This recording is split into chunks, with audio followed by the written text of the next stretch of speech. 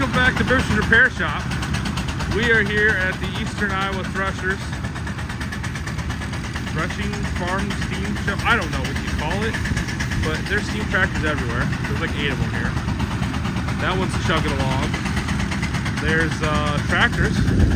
Lots of tractors here. So, oh, hey, look. And there's Glenn. And Mrs. BIBSTER. Oh, I'm still zoomed in. I should zoom out there. Look, there's Glenn. Hey, Glenn. All right, he's like, Dad, go show me more stuff. We'll take you around and show you that for sure, because that's an Oliver. So we'll go check it out. I'm going to go wander down there and check out that Baker fan. All right, so they got some John Deere so everyone's seen those. Check this thing out. International 816. Definitely not something you see at every show, or any show really. It was long before ever was a farm-all was an idea. Interesting about this one is the radiators in the back. That's actually exhaust right there, smooth outside. A little noisy if it spun more than probably the 900 RPM. This thing probably actually spins. But it was an early tractor, everything was kind of covered up. No Fordson, this predated the 9N, 8N, all that stuff. A couple John Deere D's, early style. Speaking of Ford 9Ns, I think this is a 9. I'm no expert at these things. Pretty nice. Ooh.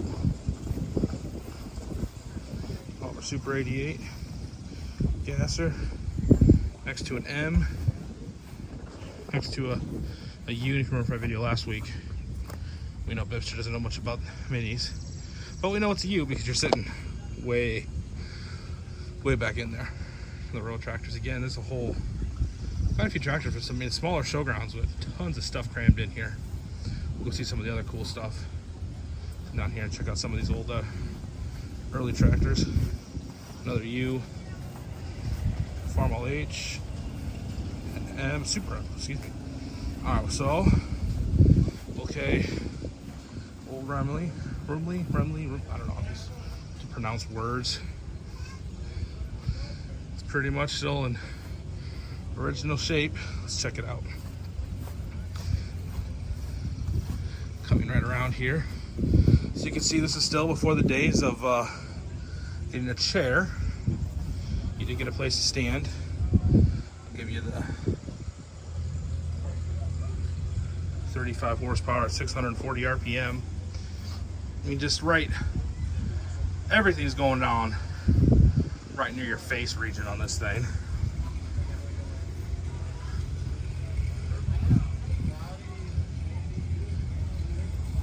Trying to figure out what everything is. I think that's the water pump, maybe? I don't know. Who knows? No one knows. But again, this is like your old steam tractors. You can also come through there and they would help draft air. So as air is coming out, just like a Venturi effect, like in a carburetor, it'd pull air up through around your radiator. Next is oil pull here. This I'm a little more familiar with, only because I've been around a couple more of them. Never done anything with one. My gosh, I wouldn't trust myself with that. At least get a chair in this one. Again, oil pulls are cool because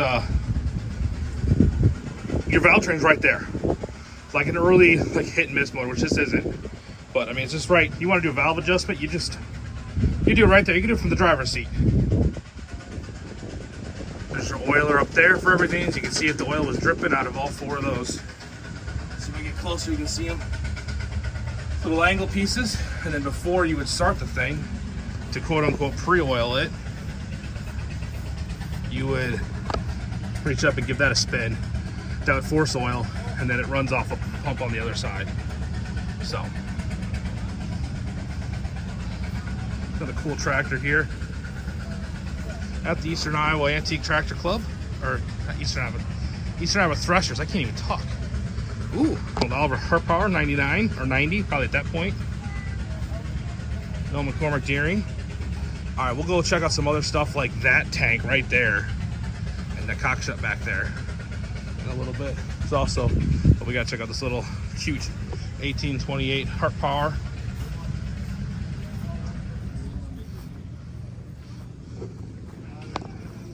as well as WCU. Everyone's seen those.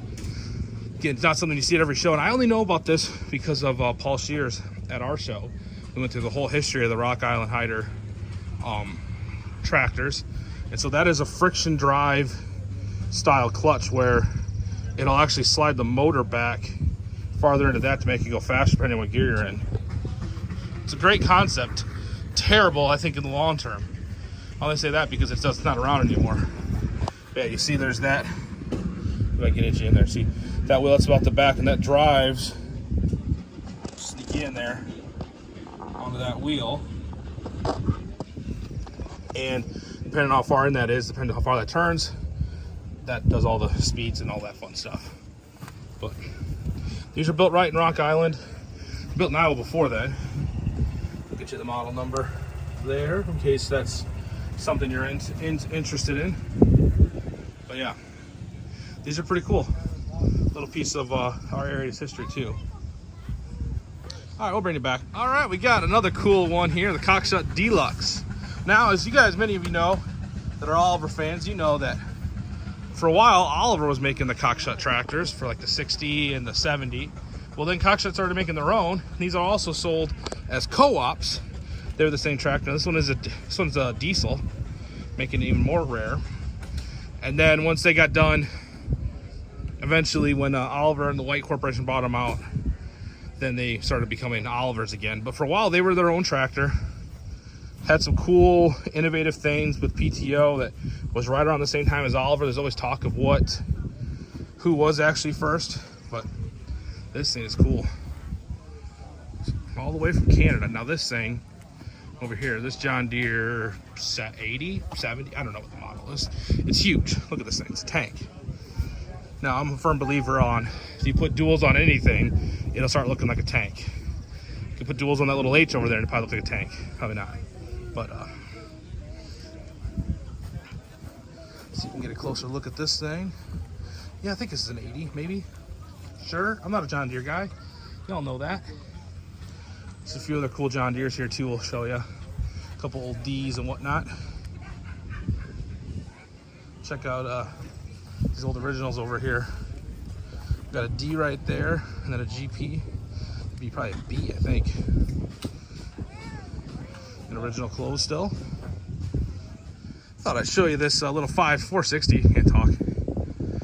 It's definitely parade ready. Now, what's interesting about it is, you know, it's parade ready because it's got the 2 seats. It's also got those special Titan tires that have the tread that goes across there. They say that really does help out with wear. But what's interesting about it is, I don't know if this thing pulls anything, but that is excessive. I mean, that's a large clevis. I don't know what they're trying to pull. It's quite large. Now we'll check out this Spirit of 76 over here. So in 1976, for the bicentennial, everything was red, white, and blue, and Case decided, well, we can join in on the fun. So they repainted some cases. Model number, I don't know. What model is this? You tell me if you're a Case fan. I have like 3 brands I sort of know. Case definitely isn't one of them. But they painted them stars and stripes.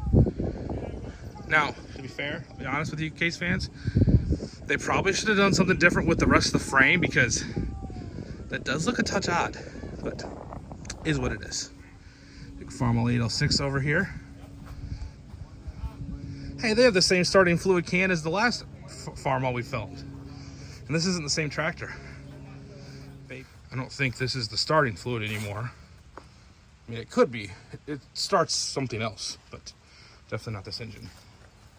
8N over there. One of the big 8N. A Farmall B back there. As you can see, I think they're going to later go out in the field and do some playing. So we'll see if we're here for that. We might not be. We got the boy, so we'll keep filming, show you some other stuff. I said there's like 8, I think, steam tractors, so we'll try and get some footage of them. Here's one of the steam tractors, an advanced thresher out of Battle Creek, Michigan.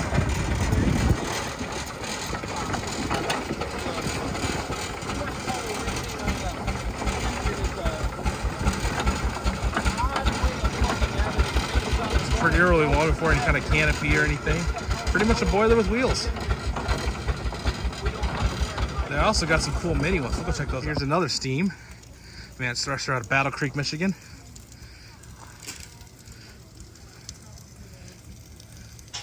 Just kind of sitting here hanging out. Now here's some cool ones. It's a mini case. Obviously, as much as it looks like what a factory unit would be, they were not made this size. There was not garden tractors back then, Glenn. So this is pretty cool. I mean, obviously, all hand built or, you know, redesigned off other pieces, but it's just sitting here ready to go. Get through that smoke. Little truck. Here's another advanced little half scale or third scale or mini, we'll say. Yeah. Just kind of sitting here idle, kind of at lunch. This one runs a little mini sawmill to go along with their big sawmill they have. Look at some of this machining here. Some of this handwork to make this thing all work. The gears and whatnot. Pretty cool piece. There's that one moving around again. We'll go check some other ones. All right, we'll check out. This one's running the sawmill, which right now they're down for lunch. That's why I can get up close and personal with it. Pretty sure this is maybe an advanced. Who knows? They'll tell me right here probably. You can tell by some of the last ones we looked at, those little half scale guys. There's a whole lot more size on these big units here. So they would run off the big pulley there, and that pulley also would run to the gears that run. So basically that runs off of the steam engine. That's what's funny about this, is the size of all this stuff. And the steam engine is just the piston. It's just that little piece up there, smallest piece out of the whole thing. But see what the makes a little fire. But that turns, and turns to that gear, runs on productions of gears, which gets to here, but that's actually drives the wheel. Again, at this point, a lot of these driving was secondary, was just to get it to where it was going to go work. It wasn't necessarily going to go do anything pulling wise. They do, but it wasn't the first thought process. We'll check out our steam tractor over here. Like I said, we got just a couple of them, but that's what the other one I was showing you. See all that. That's your boiler there and all that, but that's actually that's technically that's your engine right there.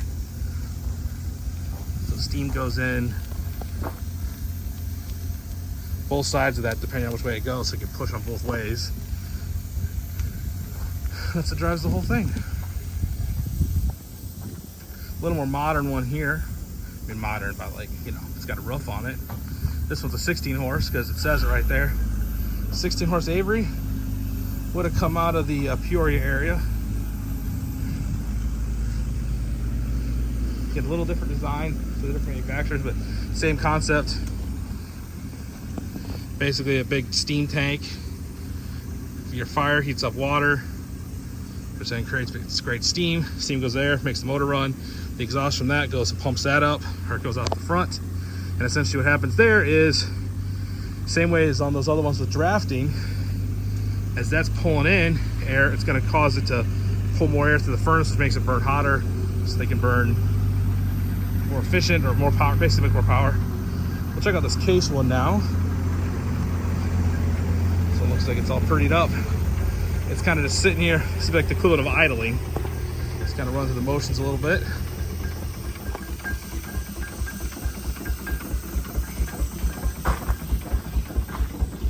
Come on to the back of this one.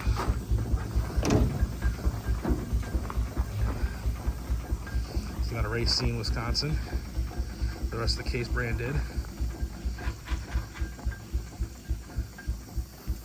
But yeah, got a few steam tractors here that we've all playing around a little bit later. We're here with John, and he's got one of the Wade steam tractors. We saw him in the video driving it around. John, tell me a little bit about your experience with steam and how this thing kind of works. Okay, well, I'm relatively new to the steam hobby, but fortunately I found some friends like Wade Smith and Randy Shireen to help me learn some of the ropes along the way. I also been to steam school in Mount Pleasant, Iowa. But anyway, here's some of the basic principles of an engine. This is a 1892 Advance. It's a 12 horsepower engine. You can tell it's an older engine just kind of from some of the riveting lines and stuff. It's a lap steam boiler with just a single row of rivets. Okay. The cleats on the rear wheels aren't the V pattern, so those are kind of telltale signs, I believe, of it being a rather old engine. This originally was set up as a straw burner, so it is a dry bottom boiler, which is kind of unconventional for an 1892. The draft door is at the front of the boiler, and you kind of have the, I guess you'd call it the straw dome or whatever, where your airflow has to take a tortuous path around through the fire and up, going through the tubes into the boiler. Or into the smoke box on the other end. And that was just because basically they had straw in hand, so they could just be... Yeah, it was... As you were threshing, you could burn it. Like. Yeah, it was kind of more for, not really the Midwest here, but more for the... out in the Great Plains area where you don't have trees everywhere. Yep. You have wheat and straw, and you may as well have straw that you can burn. And from my understanding, they actually worked kind of well, but I've got no experience burning straw. Yeah. We're burning wood here today. But anyway, as far as driving a steam engine, there isn't an awful lot to it. Obviously, there's a lot of practice, and you can take a lifetime to get proficient at it, but you have a steering wheel. It's got a roller tube, basically, that pulls the chains on the front axle. So unlike most automotive steering, the steering wheel has to turn probably 30 times from hard right to hard left, as opposed to like 2 or 3, but you know, that's just kind of one of the nuances. The levers up on the top, if we track the main steam pipe coming out of the steam dome, you see you have a manual isolation, and then we go to a valve that's powered from this lever. It's just a throttle is all it is, and I can control the opening of that valve to control the amount of steam being poured into the cylinder, and with that I can kind of control the engine speed. The steam from that goes through the governor, which, based on tightening the set screws on the top of this governor, you can kind of control the amount of spring pressure so that if you're hooked up doing belt work, the engine needs to maintain a constant speed. That's why when you have a steam engine hooked up to like a saw, when you're sawing wood, if you start sawing wood, you can hear the engine bear down and work really hard. Well, it's that valve opening, keeping the engine speed relatively constant through the operation of that governor valve. From that, the steam goes into kind of a square, I guess you'd call it a steam chest area. I don't know what the right terms for it are, but there's a sliding valve, I think it's called a D valve, that goes back and forth before the steam goes into the cylinder, and that's controlled by this lever and the set of linkage there that operates it. What that does is it's basically the valve moves in time with the cylinder stroke, and it controls whether I'm porting steam to the front of the piston or I'm porting steam to the back of the piston. Well, in the neutral position, the valve is closed. On this engine, if I move it forward, I'm porting steam basically to make the engine roll going in the forward direction. In that position, I've cammed over center, and I'm porting steam to make the engine go in the reverse direction. So I don't really have a transmission. I'm controlling the direction of the tractor based on the engine, based on the stroke of the cylinder going one way or the other. So if I want to go backwards, I run the engine backwards. Okay, so this is a single cylinder engine. The steam is going into the cylinder, and then it, through a series of linkages in the crosshead and then the connecting rod, starts turning a flywheel forward or backward. Between that flywheel and the big pulley on the other side, I've got momentum that basically is conserved so that I can pump steam to a reciprocating cylinder on one side or the other and keep the engine moving. So, other things on the engine that are interesting, necessary to pay attention to, I've got water level.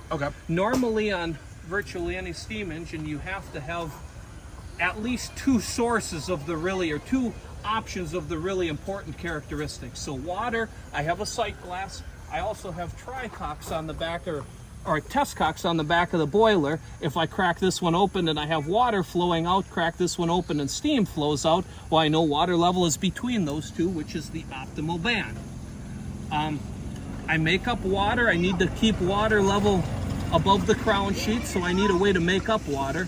On this particular boiler, I have two options. Most steam engines have two options, whether it be the same two options or different like this one has. This is an injector. It has a series of 3 nozzles that basically take steam flow off the top of the boiler. I believe it makes the steam flow go supersonic.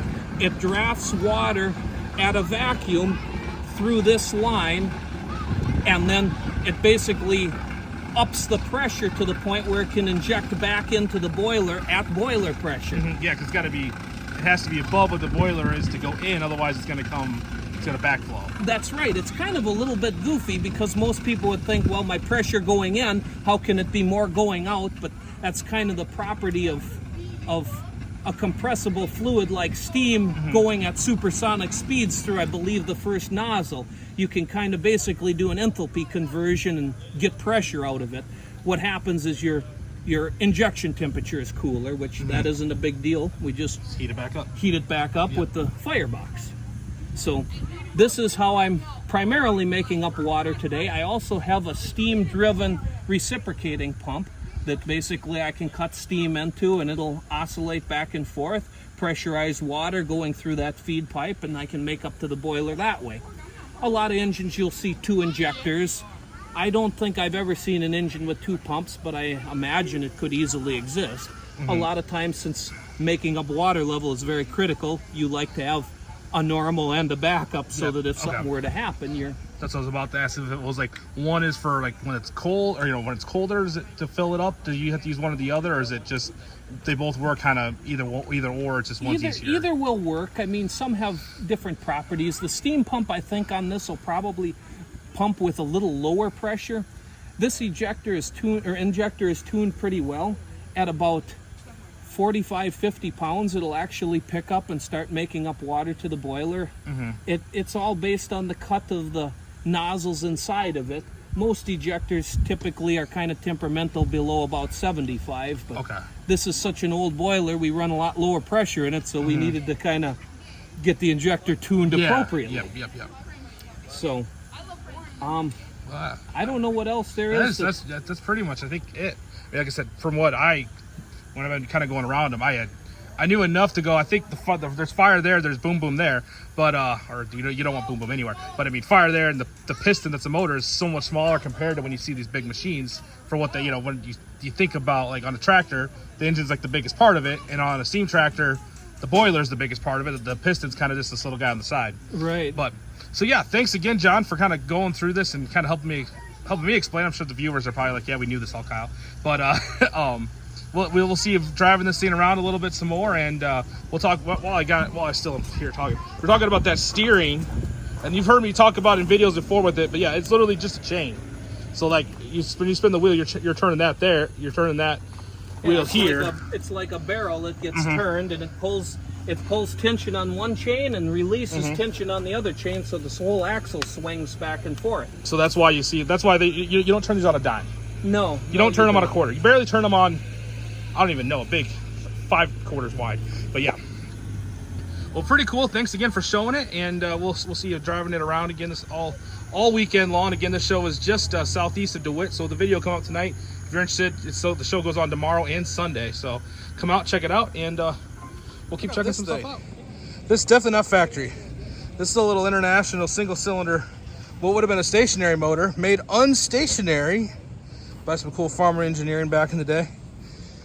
You can see that would be your clutch there. That goes down to that little belt down there. That then runs over to that gear. Back to this little ring gear set. All exposed, So I got your oil can there. You kind of oil the rear end as you go. Pretty cool little deal. Because there's a lot of really cool stuff at this show. It's a small show, but it is really, everything in it is really neat. Like I said, 8 steam tractors. You got to check this thing out. I'll put a link in the description to the flyer for the show. I'll actually put it in the Folks, post. that was just a small taste of what's in that show. There's a ton more stuff there. Can actually be out plowing with them. But I thought you guys should come and see that yourself.